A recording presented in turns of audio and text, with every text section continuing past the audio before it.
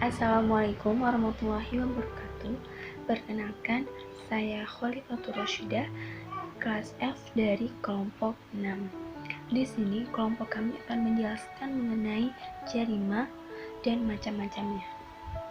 Baiklah, langsung saja saya akan menjelaskan mengenai pengertian jarima. Hukum pidana Islam dalam kajian fikih dikenal dengan istilah jinayat atau jarimah. Secara etimologis berasal dari kata jaromah yajrimu jarimatan yang berarti berbuat dan memotong. Kemudian, secara khusus digunakan terbatas pada perbuatan dosa dan perbuatan yang dibenci. Kata jarima juga berasal dari ajroma yajrimu yang berarti melakukan sesuatu yang bertentangan dengan kebenaran, keadilan, dan menyimpang dari jalan yang lurus. Sedangkan secara terminologis, jarima yaitu larangan-larangan syara yang diancam oleh Allah dengan hukuman hudud maupun takzir. Mungkin itu yang dapat saya sampaikan. Untuk penjelasan berikutnya akan disampaikan oleh teman saya. Sekian dari saya. Wabillahi taufiq wal hidayah. Wassalamualaikum warahmatullahi wabarakatuh. Assalamualaikum warahmatullahi wabarakatuh. Nama saya Erina Nurul Fadilah dari kelompok 6 akan menjelaskan tentang jarimah hudud. Hudud adalah jamak dari kata had yang artinya mencegah. Secara terminologis adalah hukuman yang diterapkan oleh syariat untuk mencegah kejahatan.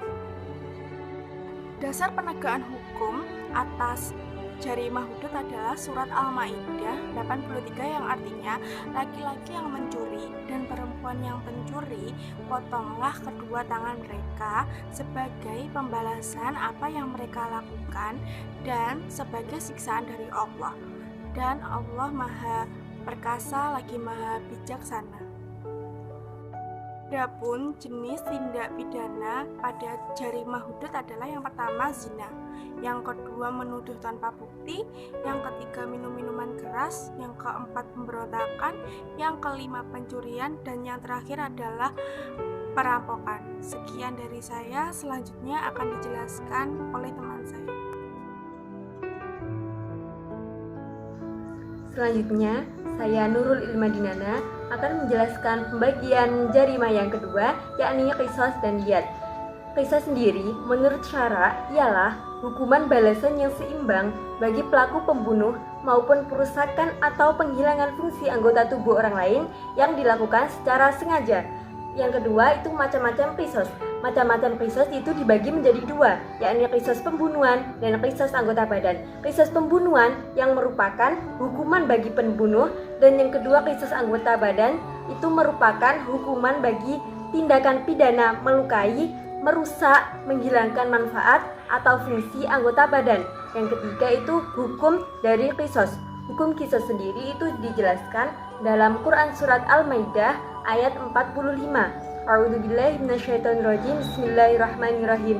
Wa katabna 'alaihim fiha anna an-nafsa bin-nafsi wal 'ayna bil-'ayni wal anfa bil-anfi wal udhuna bil-udhuni was-sinna bis-sinni wal juruhal qisas.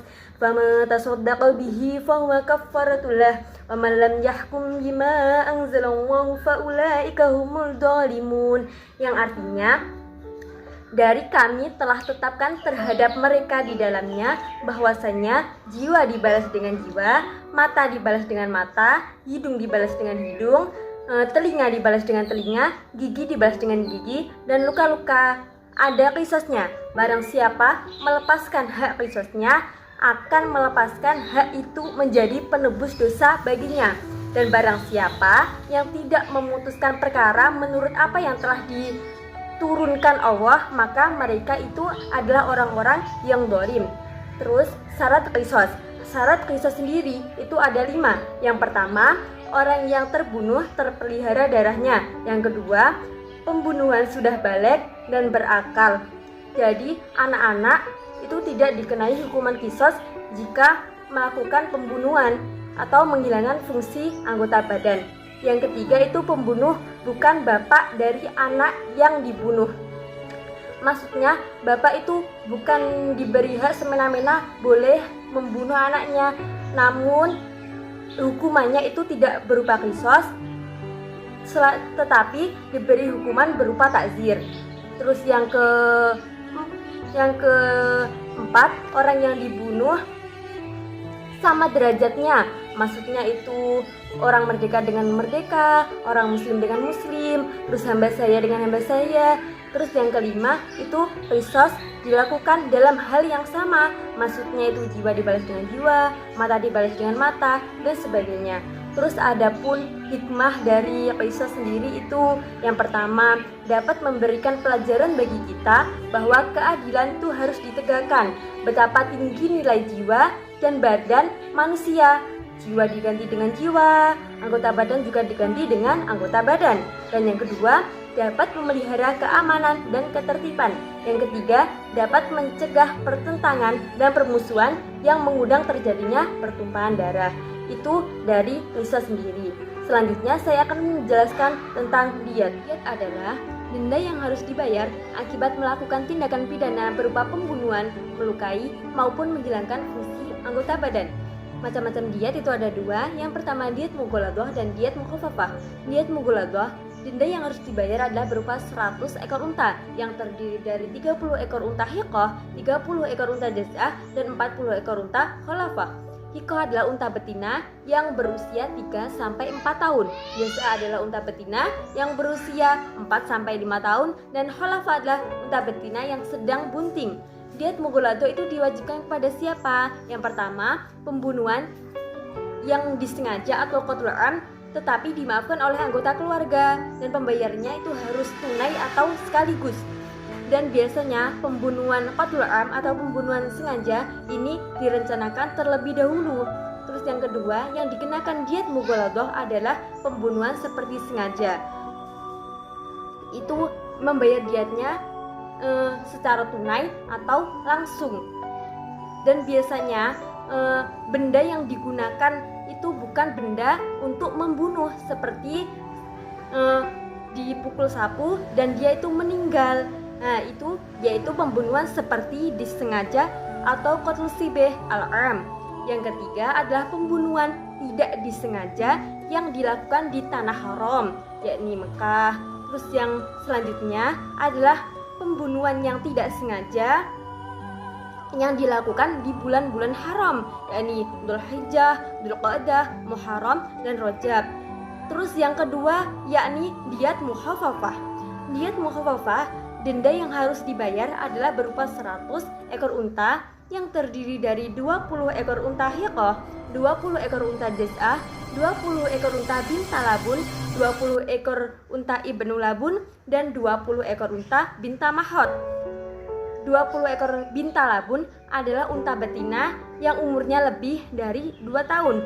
Terus ekor binta mahot adalah unta betina yang berumur lebih dari 1 tahun. Dan ibnu labun adalah unta jantan yang usianya lebih dari 2 tahun. Terus diyat mukhafafah itu diwajibkan kepada siapa? Yang pertama adalah orang yang membunuh tidak sengaja selain di tanah haram.